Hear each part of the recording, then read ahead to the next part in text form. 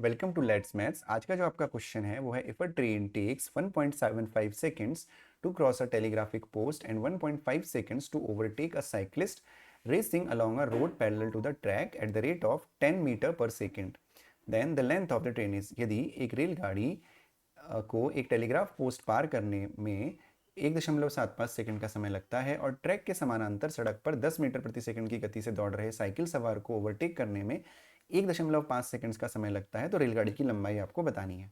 ठीक है, तो चलिए अब जब कोई ट्रेन किसी पोस्ट को क्रॉस कर रही होती है तो उस केस में जो डिस्टेंस हम एज्यूम करते हैं, वो जो डिस्टेंस होती है वो ट्रेन की लेंथ, यानी हम उसको एक्स एज्यूम कर लेते हैं, एक्स के इक्वल होगी। और जो टाइम लग रहा है उसको क्रॉस करने में 1.75 सेकेंड्स का लग रहा है, राइट। और कुछ स्पीड भी रही होगी ट्रेन की, जो स्पीड को हम एस नाम दे देते हैं क्योंकि ऑलरेडी हम डिस्टेंस को एक्स एज्यूम कर चुके हैं, राइट। अब हम आगे देखते हैं। तो आगे अगर हम देखेंगे तो जो वही ट्रेन है, सेम ट्रेन है, वो सेम ट्रेन की जो जो वो ट्रेन है वो आपका एक साइकिलिस्ट को क्रॉस कर रही है जो पैरेलल ट्रैक पे चल रहा है अपोजिट डायरेक्शन में। तो उस केस में जो डिस्टेंस होगी वो ट्रेन की लेंथ के इक्वल हो जाएगी। और जो टाइम आपको दे रखा है वो दे रखा है आपको कितना, 1.5 सेकेंड्स। लेकिन जो स्पीड है, क्योंकि यहाँ पे दोनों ही रनिंग ऑब्जेक्ट हैं, जो साइकिलिस्ट है और जो ट्रेन है, और ऐसे केसेस में जो स्पीड होती है उसको हम रिलेटिव स्पीड में कन्वर्ट करते हैं।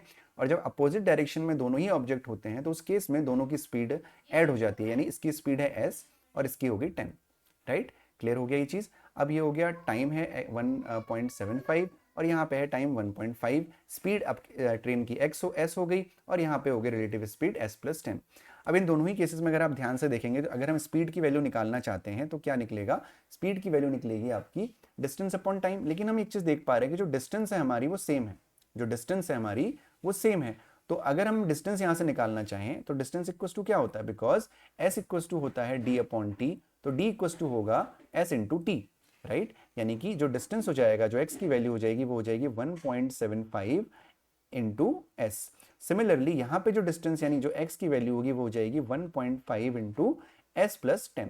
बिकॉज ये भी x की वैल्यू है, ये भी x की वैल्यू है, यानी डिस्टेंस इक्वल है, तो हम इन दोनों वैल्यूज को इक्वल रख सकते हैं।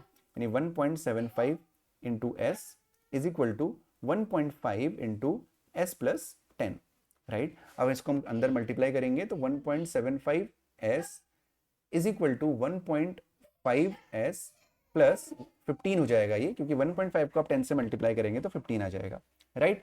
अब 1.5 एस को आप इधर लेके आ जाइए तो ये हो जाएगा 1.75 S minus 1.5 S is equal to 15। तो इसमें से आप 1.5 माइनस करेंगे तो ये आपका हो जाएगा नीचे 5 और 2, यानी 0.25 ये आपका आ जाएगा। तो 0.25 एस इज इक्वल टू हो जाएगा 15। तो जो एस की वैल्यू आपकी हो जाएगी वो हो जाएगी 15 अपॉन 0.25। पॉइंट आप हटा दीजिए और यहाँ पे 2 जीरो आप बढ़ा सकते हैं। 25 फोर जा 100 हो जाएगा, 15 फोर जा 60, यानी जो स्पीड आ गई ट्रेन की वो आ गई 60 मीटर पर सेकेंड। अब यहाँ पे जो स्पीड है दैट इज 60 मीटर पर सेकेंड। आपको डिस्टेंस पूछा गया था, यानी ट्रेन की लेंथ पूछी गई थी, तो एक्स की वैल्यू आप निकाल सकते हैं, दैट इज 1.75 इंटू 60। अगर आप इसको मल्टीप्लाई करेंगे तो जो आपका आंसर आएगा 1.75 इंटू 60 वो आएगा आपका 105 metre. The answer is option number A.